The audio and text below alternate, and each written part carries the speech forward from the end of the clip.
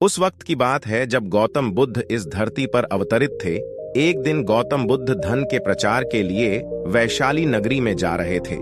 वह अभी थोड़े ही आगे गए थे कि उन्होंने देखा कि वैशाली नगरी के कुछ सैनिक भागते हुए एक लड़की का पीछा कर रहे थे। वह लड़की बहुत ही डरी हुई थी। वो एक कुएं के पास जाकर खड़ी हो गई और हांफने लगी। उसे प्यास लगी थी तो उसे पानी पीना था। भगवान बुद्ध ये सब देख रहे थे। फिर उन्होंने उस बालिका को अपने पास बुलाया और कहा कि तुम उस कुएं से पानी निकालो और स्वयं भी पियो और हमें भी पिलाओ। उतनी ही देर में वो सैनिक वहां पहुंच गए। भगवान बुद्ध ने अपने हाथ के संकेत से उस सैनिकों से रुकने को कहा। फिर उस बालिका ने गौतम बुद्ध को कहा कि महाराज, मैं तो अछूत हूं। मैं इस कुएं से पानी निकालूंगी तो जल दूषित हो जाएगा। मैं आपको कैसे पानी पिला सकती हूं? भगवान बुद्ध ने उसे फिर से कहा, बैठी, मुझे बहुत जोर की प्यास लगी है। पहले तुम मुझे पानी पिलाओ। उसी वक्त वहां पर वैशाली के राजा पहुंच गए।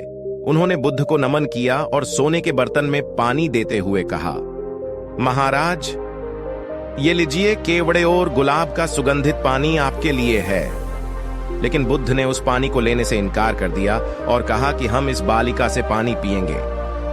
राजा थोड़ी देर वहां रुक गए। बुद्ध ने फिर से उस बालिका से अपनी बात दोहराई।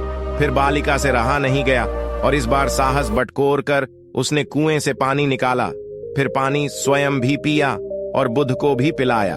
फिर पानी पीने के बाद बुद्ध ने बालिका से पूछा, पुत्री, तुम इतनी डरी हुई क्यों है? तुम्हें किससे भय है? फिर बालिका ने पूरी बात बताई कि मुझे राजा के दरबार में गाने का अवसर मिला था। मैंने गीत गाते हुए नृत्य किया। सभा जनों ने आनंद लिया। महाराज को भी बहुत लगा।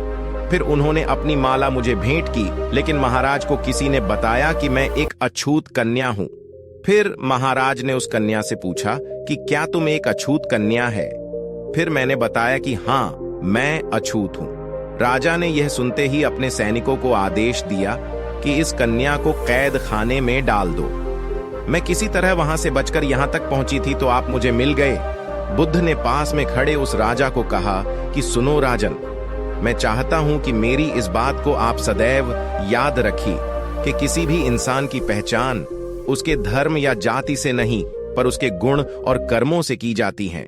जिस बालिका के मधुर कंठ से निकले गीत और आप सब ने आनंद उठाया, उसे पुरस्कार दिया। जिनके कार्य नृत्य का इतने अच्छे हैं, वे अछूत हो ही नहीं सकती। और आप उसे कह रहे हैं सारी प्रजा का पिता होकर ऊंच नीच का भेदभाव रखते हैं। सुनो राजन, यहाँ पर नीची सोच और छोटे कार्य करके अछूत होने का परिचय तो आपने दिया है, इसलिए मेरी नजरों में वह कन्या नहीं बल्कि आप अछूत हैं। वैशाली नरेश को अपने इस कार्य से घृणा होने लगी और बहुत हुआ। फिर बुद्ध चरणों में गिर पड़े और क्षमा मांगने लगे और कहा कि आपकी इस बात को मैं सदैव याद रखूंगा। फिर वहां से चले गए। तात्पर्य: तो दोस्तों, इस कहानी से हमें यही शिक्षा मिलती है कि कोई भी इंसान अपने कार्यों और विचारों से बड़ा बनता है। अपने धर्म